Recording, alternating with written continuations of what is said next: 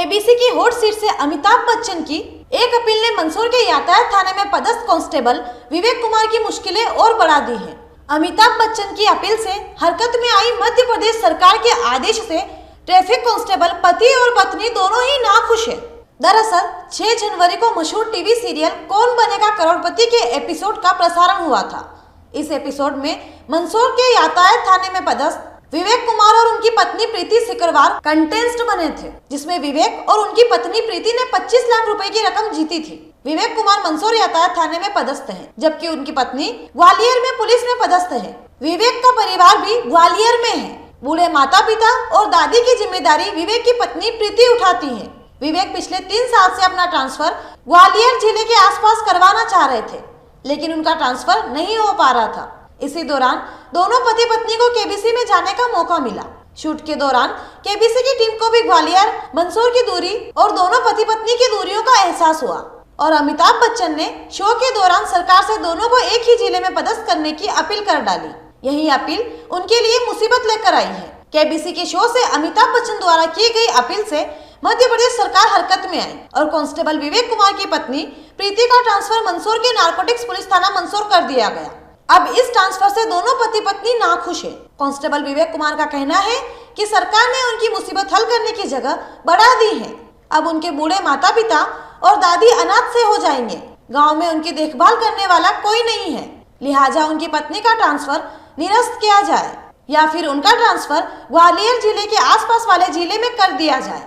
उधर मामले में मंदसौर विधायक यशपाल सिंह सिसोदिया ने भी सरकार को गलती का एहसास करवाते हुए कहा कि ट्रांसफर करवाना ही था तो विवेक का करना था, ताकि बूढ़े माता पिता को बेटे का दायरा भी मिल जाता। देखिए, आज सोशल मीडिया के माध्यम से जानकारी प्राप्त हुई है कि विवेक जो केबीसी में अमिताभ बच्चन जी के साथ बैठा था, 25 लाख रुपए का पुरस्कार उन्होंने जीता था और तब अमिताभ बच्चन ने कहा था कि इनकी पत्नी काफ़ी दूर है और इन दोनों की समस्या का समाधान जो भी सुन रहा हो करने का काम करे। मैंने भी ट्वीट किया था घटना पर। अभी डीजीपी साहब ने विवेक का स्थानांतर तो कर दिया, लेकिन वो मंदसौर से ग्वालियर कर दिया है या मुरैना की तरफ कर दिया। उसके कारण से अब वो कहावत यहाँ पर चरितार्थ हो रही है कि आसमान से गिरे और खजूर में अटके, इसलिए कि विवेक चाहता था कि उसकी पत्नी यहाँ ना आवे, वो वहाँ चला जाए, इसलिए कि पति पत्नी दोनों के बुजुर्ग माता पिता की सेवा करने में अगर पत्नी भी आ जाएगी तो उसके लिए और बड़ी सुविधा की बजाय दुविधा हो गई है।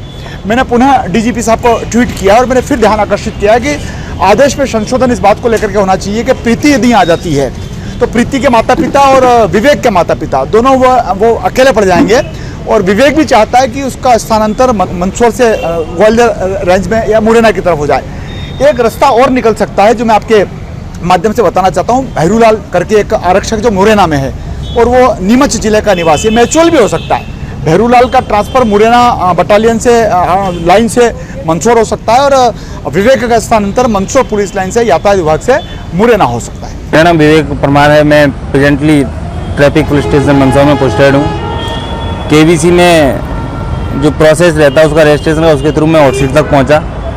वहाँ पे जो अपने जीवन पर आधारित एक शॉर्ट वीडियो होता है वो फिल्माया जाता है, तो उसमें हमारी जो पारिवारिक समस्या थी वो सामने आई। तो वहाँ पे अमिताभ बच्चन सर ने इसके लिए रिक्वेस्ट किया था कि दोनों को एक जगह ट्रांसफ़र कर दीजिए यथासंभव जैसा हो।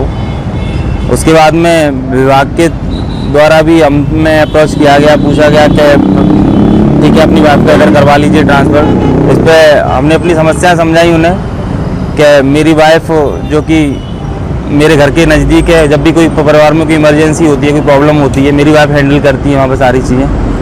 छुट्टियाँ पुलिस में पहले से ही बहुत ज़्यादा कम रहती हैं, तो ज़्यादा कराई जाना हो पाता है। तो हमारा यही हमने अपनी समस्या समझाई थी कि वाइफ का यहाँ पे ना करते हुए मेरा वहाँ पे ट्रांसफ़र किया जाए। और विगत 2.5-3 साल से हम इसी के लिए प्रयासरत थे। 7-8 बार आवेदन हमने PHQ दिया, तो हर बार आश्वासन मिलता था चलो ठीक है देखते हैं, वाइफ का आप उधर करवा लो। तो उस पर हम यही अपनी समस्या बताते तो बोलते कि चलो ठीक है देखते हैं, जैसा भी हुआ आपका आगे करेंगे। इस बार भी मतलब बाद में इसके मेरे से आवेदन लिया गया कि ठीक है तुम्हारा ग्वालियर हो जाएगा ट्रांसफ़र, तुम्हारा ग्वालियर ट्रांसफ़र कर रहे हैं अपन। और उसके उलट रिजल्ट ये रहा कि मेरी वाइफ का यहाँ पर ट्रांसफ़र कर दिया, जो कि नहीं होना चाहिए था। ना ही हम इस चीज़ के लिए तैयार थे कि मेरी वाइफ इधर आएगी। ऐसी कोई चीज़ न्यूज़ के लिए।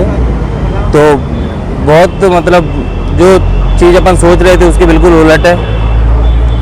जो हमारी संवेदनाएं थी उन थोड़ा सा भी उनका ध्यान नहीं रखा गया है। निवेदन यही है सम्माननीय अधिकारीगणों से कि अगर संभव नहीं है, आपकी संभावनाओं से परे है मेरा उधर स्थानांतरण, तो इस स्थानांतरण आदेश को निरस्त करते हुए हमें यथावत रखा जाए। जैसा भी आगे होगा हम अपनी ज़िंदगी जैसे जी रहे हैं वैसे जीते रहे। मेरे वाइफ के ट्रांसफ़र के अगर यहाँ पे हो जाता है, क्योंकि लास्ट में सितंबर अक्टूबर के समथिंग मेरी दादी को पैरालाइज अटैक आया था, तो उनकी केयर मेरी वाइफ ही मोस्टली करती है। और भी जो भी प्रॉब्लम रहती है फैमिली में, तो कुछ इमरजेंसी जो भी इश्यूज़ रहते हैं तो वाइफ वहाँ से जैसे ही होता है जल्दी पहुँच के वहाँ पे उनकी देखभाल करती है। अब वो भी इधर आ जाएगी तो फिर परिवार तो एक तरह से पूरा अनाथ ही हो जाएगा। तो ये बिल्कुल मतलब जो हमारी समस्याएं थी उसमें हवाला दिया है पारिवारिक समस्याओं को दृष्टिगत रखते हुए। तो समस्याएं दृष्टिगत ना रखते हुए और बढ़ाई गई हैं समस्याएं एक तरह से मैं कहूँ तो, क्योंकि हम शुरुआत से इसी चीज़ के लिए मतलब कभी हमने नहीं बोला कि इधर के लिए ठीक है इधर कर दीजिए। कार में मेरे दादा दादी हैं, मम्मी पापा हैं, भाई हैं, सब अलग रहते हैं। मम्मी पापा और दादी वगैरह का जो ध्यान वगैरह है तो मतलब मेरी टच में रहते हैं। वाइफ वगैरह उनको करती है अपना हैंडल एक तरह से, कुछ भी प्रॉब्लम रहती है तो यही है मतलब एक तरह से अगर वो भी इधर हो जाएंगे तो परिवार से बिल्कुल नाता टूट जाएगा। तो एक तरह से उनके लिए कोई सहारा नहीं रहेगा, वो चीज़ अपन नहीं चाहते हैं।